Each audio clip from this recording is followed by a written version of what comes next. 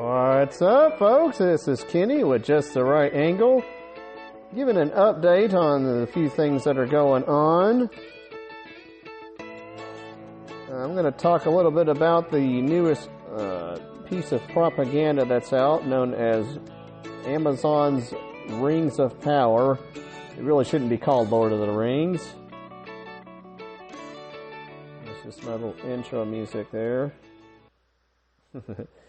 You can follow me at Just the Right Angle on Podbean. I'm also on Yahoo with the same account. I'm also Keep Arkansas Legal on YouTube. Well, most of you may have seen what I have seen, to paraphrase from the main character, Galadriel, from Amazon's Ring of Power. I have seen the first episode. There were some parts which you could say are entertaining, even if they're completely not related to Tolkien. There is something amusing about a lady jumping up off of a sword and taking down a troll that would have probably taken half, if not all, of the Fellowship to take down. But, of course, the main problem with Amazon's Ring of Power is not that it's not only not Tolkien, it's that it's more or less anti-Tolkien. It's taking characters that Tolkien made and had worked on for decades and had been shown in theaters in Peter Jackson's Lord of the Rings, with at least somewhat a decent amount of accuracy, instead being turned into woke characters and then being added to invented characters.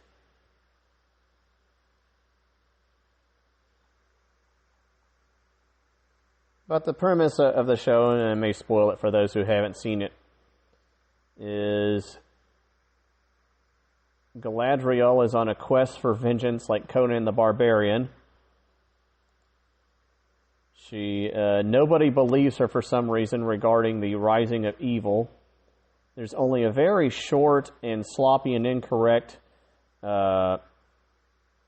intro into what happened regarding Morgoth Ungoliant, who is left out of the whole thing, and how this great massive war started. It's over these jewels called Silmarils, but they're only briefly mentioned, not even mentioned at the beginning, and then they're only briefly mentioned at the later on in random comment, in one of the many boring conversations with not Elrond.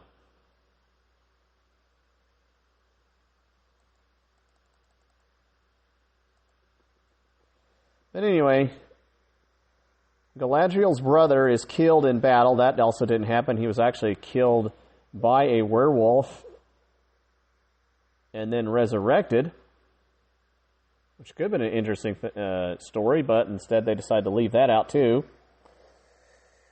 And then he was actually revived and turned back to Valinor, but they needed a revenge story for Xena Ladriel, warrior princess, so they had him get killed. She goes on a century's quest up to some ice castle that they randomly run into. A bunch of elves get beaten up by a snow troll, but Galadriel is able to defeat it by jumping better than Legolas and then hacking it to pieces with better swordsmanship than Aragorn or any other hero. And then using detectivism, they find there's this symbol of Sauron, which I think is a map of Mordor, for, I guess, the orcs to somehow follow, and all the forces of evil to link up. I haven't seen episode 2 yet, but from what I've seen so far, it looks nice scenery, a few action scenes, and then not Tolkien stuff. But eventually, anyway, the Galadriel murder quest. She demands to go and see the manager, which happens to be Gilgal. The manager of elves, Gilgal, he's supposed to be a king, but he doesn't act like it, decides to basically send Galadriel over to Valinor so that she won't go on her quest to hunt down the enemy, so that the enemy won't be aroused. I don't know, go figure that one. Not Elrond, who actually was a battle in the books, and of course in the Peter Jackson movie was a battle-hardened war hero, is basically some nerd secretary guy, peacenik, who's trying to get Galadriel to stop her fighting in her warring ways. The boat sails to Valinor with Galadriel on it across the ocean, and at the last moment Galadriel jumps in the water and decides to swim back across the ocean. Yeah, that's... Which, I mean, I guess elves can swim for almost infinity. I don't know how that works. So you'll have to tune into episode 2 to see how Galadriel makes it across the ocean. I urge people, if you do want to watch this by another means. Don't subscribe to Amazon Prime. Cancel your Amazon Prime subscription and try to watch it by another means.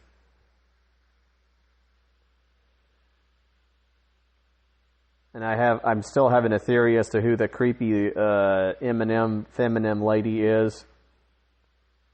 I wouldn't surprise me if these writers made her the Sauron's mom, or maybe Sauron's girlfriend, or pronoun friend, because it was kind of hard to tell if it was a he or a she. And they may have some other stuff. I wouldn't surprise me, of course, if they have any of the LGBT stuff in it. There's other characters that don't matter.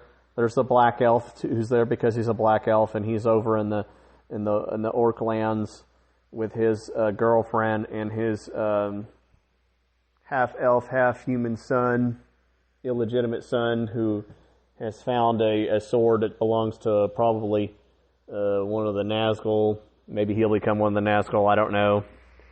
And of course, there's the not hobbits who are meandering around, and I think are going to hang out with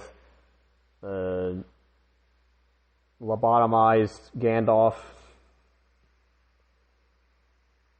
who has all kinds of, I guess maybe powers, but doesn't know who he is or why he's there. He's almost completely helpless, but somehow he managed to land where the Harfoot not hobbits are. And it was an excuse to have black hobbits. I believe in the second episode is where they're going to have the black dwarfs. And then I think episode 3 may come out by the time this recording is broadcasted. But anyway, yeah, it's kind of boring. Sorry. I don't know if... I've seen some trailers, and I'm not sure if maybe Galadriel and a possible Sauron character are going to hook up and maybe have a Balrog baby. I don't know.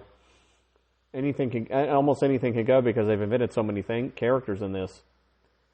The Black Elf's a made-up character. The Black Dwarf's a made-up character. The Harfoots are all made-up characters.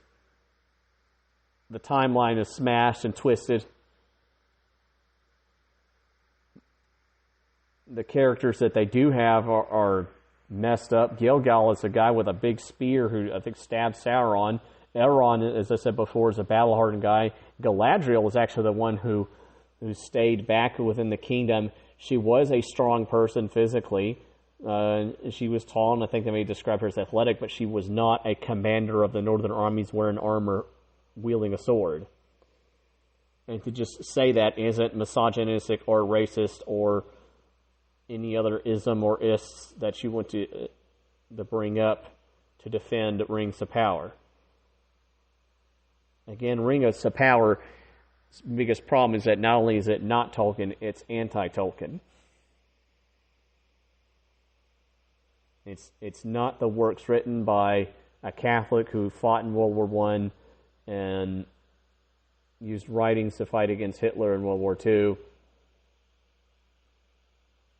and wrote an epic fantasy that basically the foundation of fantasy that we have today, using Christian themes, Catholic themes, and characters derived from, based upon areas of England. That's what it is.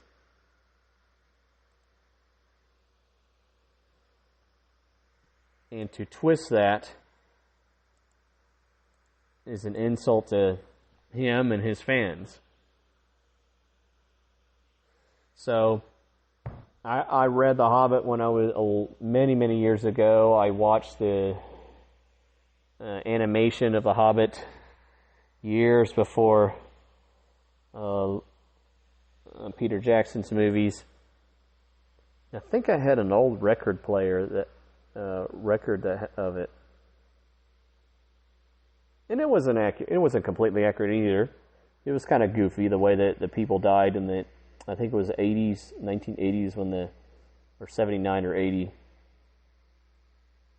when the cartoon animation TV movie The Hobbit came out. Bilbo looks like a chipmunk. The dwarves look, well, short bearded guys, but you can barely only see their eyes for the most part. Smaug looked like more like a cross between a lizard and a cat, and he breathed fire by opening his mouth and light coming out and fire appearing. And most of the ways that people died, or at least villains died, is they were, when they were stabbed, they would scream and they would spin and go into the void. Except for, I think, Smaug. I think he died with the arrow, of course, going into the weak part of his body and then falling into the water. And the Battle of Five Armies was a little bit lame because it was basically a bunch of dots going back and forth. But at least it was in the spirit of Tolkien. This thing is something else. It's a woke fantasy, made-up thing that they should have really not mentioned Tolkien at all, or if you're going to base it on the works of J.R.R. Tolkien, have completely all made-up characters. Have it be Galadriel's warrior cousin or something. And not take these characters that are well-known both in books and movie and then completely twist them. It'd be like having a movie about Martin Luther King played by some Chinese guy who gets an M60 and shoots a bunch of Viet Cong dudes. I mean, it's just like bonkers ridiculous. That's why I'm just joining in the fray by talking about Sauron's baby and Sauron's mom. Because it's that ridiculous.